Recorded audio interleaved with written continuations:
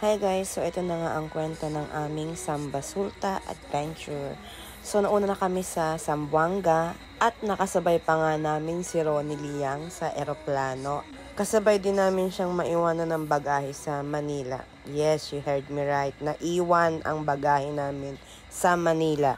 Dahil last flight nga kami nung araw na yung kinabukasan pa maipapadala ni Terminal 3 yung mga bagahe namin sa Zamboanga. So, unang araw namin, yung umaga niya, cancel agad yung tour namin dahil wala kami mga gamit. Buti na lang kinabukasan nakuha agad yung gamit namin. So, mga around 11 AM, nakapag-start na kami ng tour namin. Una naming destination ay yung Rainbow Mosque. Ayan, picture-picture kami dyan, aura-aura. After namin dyan sa mosque, pumunta kami sa business ng atin ng kaibigan namin. Grabe, ang sarap ng burger nila. Ang lalaki pa. At ang best part nito mga besh, libre kami. After naming mag-take out, so biyahe na kami papunta sa next destination namin, which is yung Merloquet Falls na dinadayo daw talaga. So ayan, pababa pa lang, iniisip ko na shit, ang hirap nito pabalik.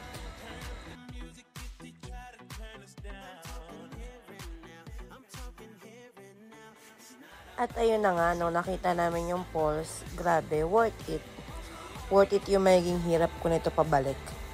In fairness guys, maganda siya, tapos malinaw yung tubig niya. Na-timingan namin na walang tao, so solong-solo namin, marami kaming time na mag-emote-emote dyan, pictorial, ganun.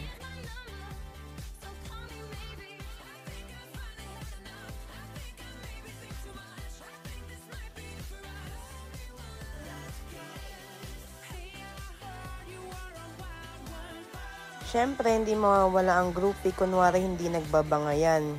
At ito na nga ba ang sinasabi ko, mahihirapan talaga kami. Kaming dalawa ni Ging.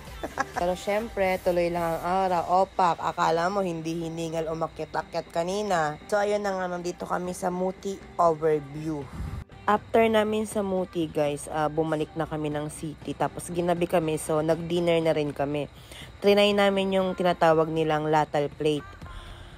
At kung mapapansin nyo guys, ang iitim na namin dyan kasi day 8 na namin yan. Galing na kami ng Tawi-Tawi. So continuation na ng tour namin yan ng Zamboanga. Pabalik pa lang kami, in-inform na kami ni Kwe na nagpaluto daw ng dinner si Ate Jackie. Doon na lang daw kami mag-dinner sa coffee shop. Hopefully makabalik kami sa August sa opening nitong Nilfar Coffee. After namin ng dinner, pumunta na kami sa Port Pilar Shrine kasi kahit naman daw gabi, open pa siya.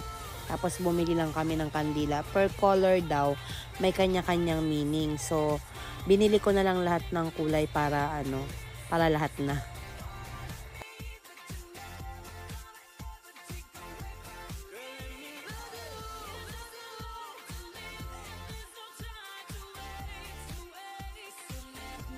Bago kami umuwi, tumambay pa kami sa boulevard para kumain ng balot. At grabe, ang sasarap ng mga sungka nila. Kinabukasan, nagsimba kami sa Zamboanga Cathedral and then ikot lang kami ng konti sa city tapos pumunta na kami sa Santa Cruz Island. Nakakatuwa kasi napuntahan namin lahat ng nasa itinerary namin kasi akala namin hindi na kami matutuloy mag Santa Cruz dahil fully book sila. Nagkataon lang na may isang nagpa-reserve na hindi sila dumating. So napunta sa amin yung slot nila. Hindi na namin nagawa yung ibang activity dito sa Santa Cruz. Talagang nag-swimming lang kami dahil after lunch, kailangan na namin mag-ready dahil flight na namin pabalik sa Manila. Kompleto ang Zamboanga tour namin kung hindi namin matitikman ang Pepito's Pizza. At grabe guys, napakasarap. Sana magkaroon ng branch nito sa Manila. For sure, lagi kaming tatambay. Dahil nagmamadali na nga kami, sa sasakyan na lang kami kumain. Thank you so much Ate Jackie. Hindi lang kami sa Zamboanga nakaikot, kundi pati sa mga negosyo mo. Salamat po!